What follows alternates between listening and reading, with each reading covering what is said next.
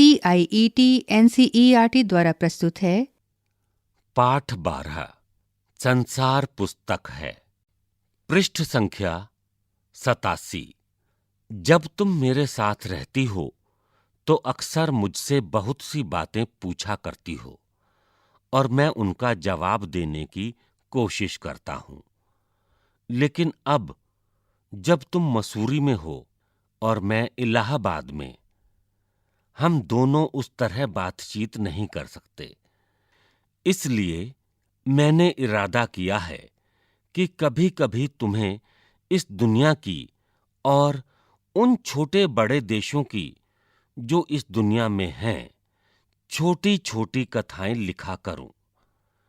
तुमने हिंदुस्तान और इंग्लैंड का कुछ हाल इतिहास में पढ़ा है, लेकिन इंग्लैंड केवल एक छोटा सा टापू है और हिंदुस्तान, जो एक बहुत बड़ा देश है, फिर भी दुनिया का एक छोटा सा हिस्सा है। अगर तुम्हें इस दुनिया का कुछ हाल जानने का शौक है, तो तुम्हें सब देशों का और उन सब जातियों का जो इसमें बसी हुई हैं, ध्यान रखना पड़ेगा। केवल उस एक छोटे से देश का नहीं जिसमें तुम पैदा हुई हो। मुझे मालूम है कि इन छोटे-छोटे खतों में बहुत थोड़ी सी बातें ही बतला सकता हूं। पृष्ठ संख्या 88। लेकिन मुझे आशा है कि इन थोड़ी सी बातों को भी तुम शौक से पढ़ोगी और समझोगी कि दुनिया एक है और दूसरे लोग जो इसमें आबाद हैं, हमारे छोटे भाई बहन हैं। जब तुम बड़ी हो जाओगी तो तुम दुनिया और उसके आदमियों का हाल मोटी-मोटी किताबों में पढ़ोगी। उसमें तुम्हें जितना आनंद मिलेगा, उतना किसी कहानी या उपन्यास में भी न मिला होगा। ये तो तुम जानती ही हो कि ये धरती लाखों करोड़ों वर्ष पुरानी है और बहुत दिनों तक इसमें कोई आदमी न था। आदमियों से पहले सिर्फ जानवर थे और जानवरों से पहले एक ऐसा समय था जब इस धरती पर कोई जानदार चीज न थी। आज जब यह दुनिया हर तरह के जानवरों और आदमियों से भरी हुई है, उस जमाने का ख्याल करना भी मुश्किल है जब यहां कुछ न था। लेकिन विज्ञान जानने वालों और विद्वानों ने, जिन्होंने इस विषय को खूब सोचा और पढ़ा है, लिखा है कि एक समय ऐसा था जब यह धरती बेहद गर्म थी और इस पर कोई जानदार चीज नहीं रह सकती थी। और अगर हम उनकी किताबें पढ़ें और पहाड़ों और जानवरों की पुरानी हड्डियों को गौर से देखें, तो हमें खुद मालूम होगा कि ऐसा समय जरूर रहा होगा। तुम इतिहास की किताबों में ही पढ़ सकती हो, लेकिन पुराने जमाने में तो आदमी पैदा ही न हुआ था। किताबें कौन लिखता? तब हमें उस जमाने की बातें कैसे मालूम हों? यह तो नहीं हो सकता कि हम बैठे-बैठे हर एक बात सोच निकालें। यह बड़े मजे की बात होती, क्योंकि हम जो चीज चाहते सोच लेते और सुंदर परियों की कहानियां गढ़ लेते। लेकिन जो कहानी किसी बात को देखे बिना ही गढ़ ली जाए, वह ठीक कैसे हो सकती है? लेकिन खुशी की बात है कि उस पुराने जमाने की लिखी हुई किताबें न होने पर भी कुछ ऐसी चीजें हैं जिनसे हमें उतनी ही बातें मालूम होती हैं जितनी किसी किताब से होती। ये पहाड़, समुद्र, सितारे, नदियां, जंगल, जानवरों की पुरानी हड्डियां और इसी तरह की और भी कितनी ही चीजें हैं जिनसे हमें दुनिया का पुराना हाल मालूम हो सकता है। मगर हाल जानने का असली तरीका यह नहीं है कि हम केवल दूसरों की लिखी हुई किताबें पढ़ लें, बल्कि खुद संसार रूपी पुस्तक को पढ़ें। मुझे आशा है कि पत्थरों और पहाड़ों को पढ़कर तुम थोड़े ही दिनों में उनका हाल जानना सीख जाओगी। सोचो, कितनी मजे की बात है। एक छोटा सा रोड़ा जिसे तुम सड़क पर या पहाड़ के नीचे पड़ा हुआ देखती हो, शायद संसार की पुस्तक का छोटा सा पृष्ठ हो। शायद उससे तुम्हें कोई नई बात मालूम हो जाए। शर्त यही है कि तुम्हें उसे पढ़ना आता हो। पृष्ठ संख्या 89। कोई जबान, उर्दू, हिंदी या अंग्रेजी सीखने के लिए तुम्हें उसके अक्षर सीखने होते हैं। इसी तरह पहले तुम्हें प्रकृति के अक्षर पढ़ने पड़ेंगे, तभी तुम उसकी कहानी, उसके पत्थरों और चट्टानों की किताब से पढ़ सकोगी। शायद अब भी तुम उसे थोड़ा थोड़ा पढ़ना जानती हो। जब तुम छोटा सा गोल चमकीला रोड़ा देखती हो, तो क्या वह तुम्हें कुछ नहीं बतलाता? यह कैसे गोल, चिकना और चमकीला हो गया, और उसके खुरदरे किनारे या कोने क्या हुए? अगर तुम किसी बड़ी चट्टान को तोड़कर टुकड़े टुकड़े कर डालो तो हर एक टुकड़ा खुरदरा और नोकीला होगा। यह गोल चिकने रोड़े की तरह बिल्कुल नहीं होता। फिर यह रोड़ा कैसे इतना चमकीला, चिकना और गोल हो गया? अगर तुम्हारी आंखें देखें और कान सुने, तो तुम उसी के मुंह से उसकी कहानी सुन सकती हो। वह तुमसे कहेगा कि एक समय, जिसे शायद बहुत दिन गुजरे हों, वह भी एक चट्टान का टुकड़ा था। ठीक उसी टुकड़े की तरह उसमें किनारे और कोने थे, जिसे तुम बड़ी चट्टान से तोड़ती हो। शायद वह किसी पहाड़ के दामन में पड़ा रहा। तब पानी आया और उसे बहाकर छोटी घाटी तक ले गया।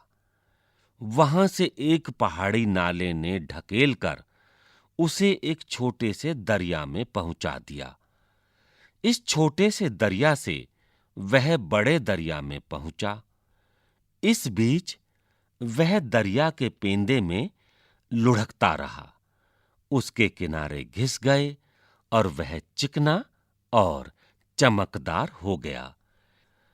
इस तरह वह कंकड़ बना जो तुम्हारे सामने है। किसी वजह से दरिया उसे छोड़ गया और तुम उसे पा गईं। पृष्ठ संख्या 90।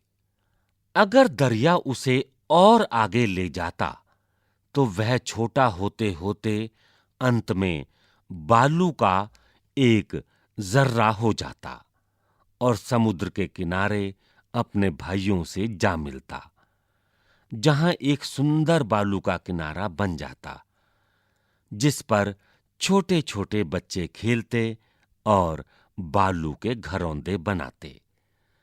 अगर एक छोटा सा रोड़ा तुम्हें इतनी बातें बता सकता है, तो पहाड़ों और दूसरी चीजों से जो हमारे चारों तरफ हैं, हमें और कितनी बातें मालूम हो सकती हैं।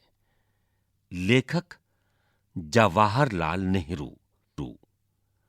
अंग्रेजी से अनुवाद प्रेमचंद।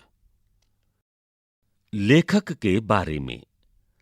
जवाहरलाल नेहरू 14 नवंबर 1889 से 27 मई 1964 तक आजाद भारत के प्रथम प्रधानमंत्री थे। बच्चों से उन्हें बेहद लगाव था। वे चाचा नेहरू के नाम से जाने जाते हैं।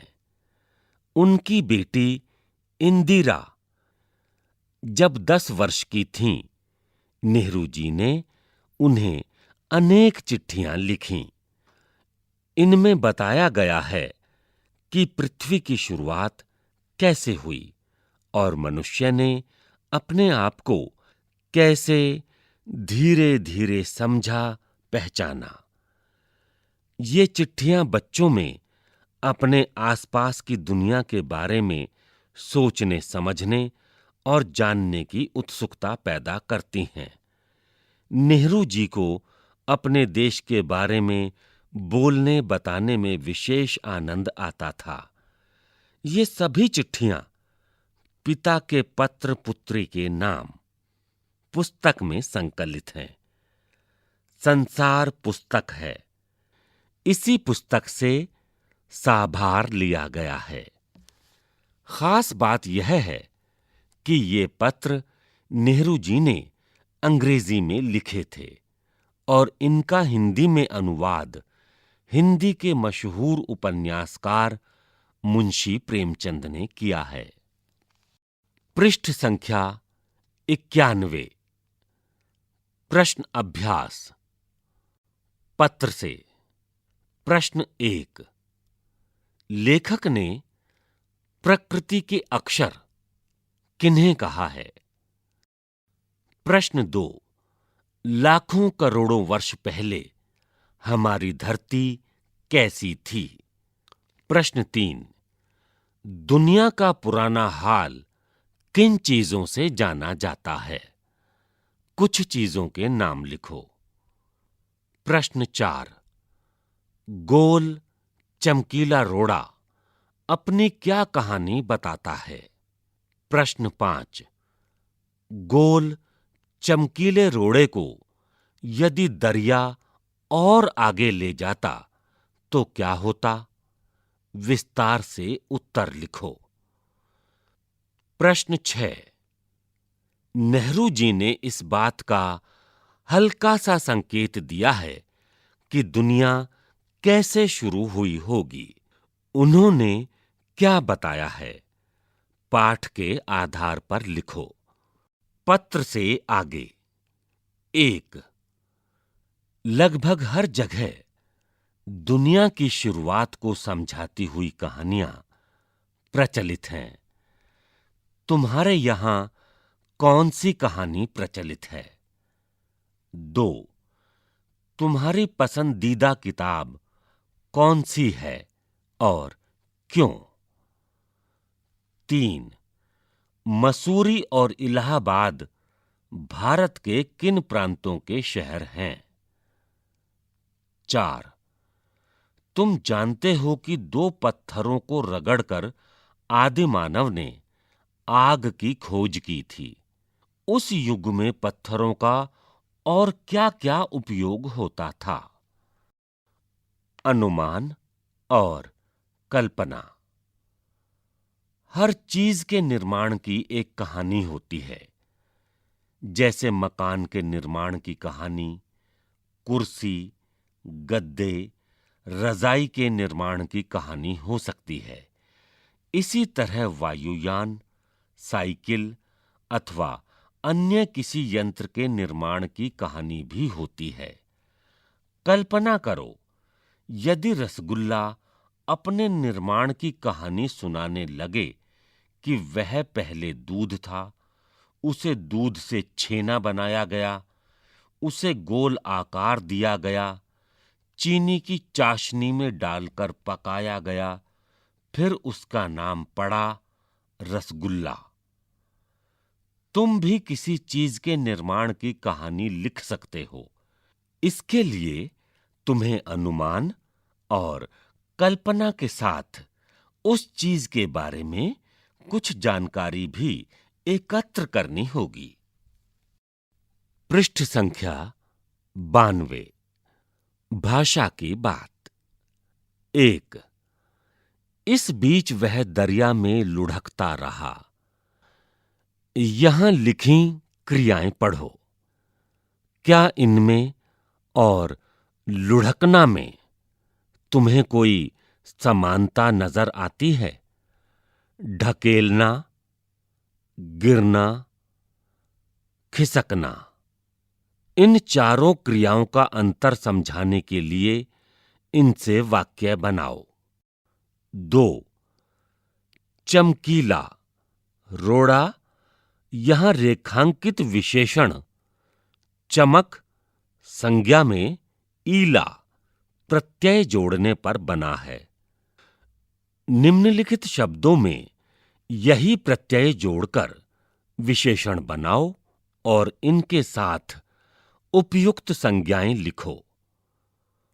पत्थर रिक्त स्थान, कांटा रिक्त स्थान, रस रिक्त स्थान, जहर रिक्त स्थान।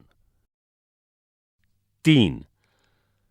जब तुम मेरे साथ रहती हो तो अक्सर मुझसे बहुत सी बातें पूछा करती हो। यह वाक्य 2 वाक्यों से मिलकर बना है। इन दोनों वाक्यों को जोड़ने का काम जब तो तब भी कर सकते हैं, इसलिए इन्हें योजक कहते हैं। योजक के रूप में कभी कोई बदलाव नहीं आता, इसलिए ये अव्यय का एक प्रकार होते हैं। यहां वाक्यों को जोड़ने वाले कुछ और अव्यय दिए गए हैं, उन्हें रिक्त स्थानों में भरो। इन शब्दों से तुम भी एक-एक वाक्य बनाओ। क. कृष्णन फिल्म देखना चाहता है। रिक्त स्थान, मैं मेले में जाना चाहती हूं।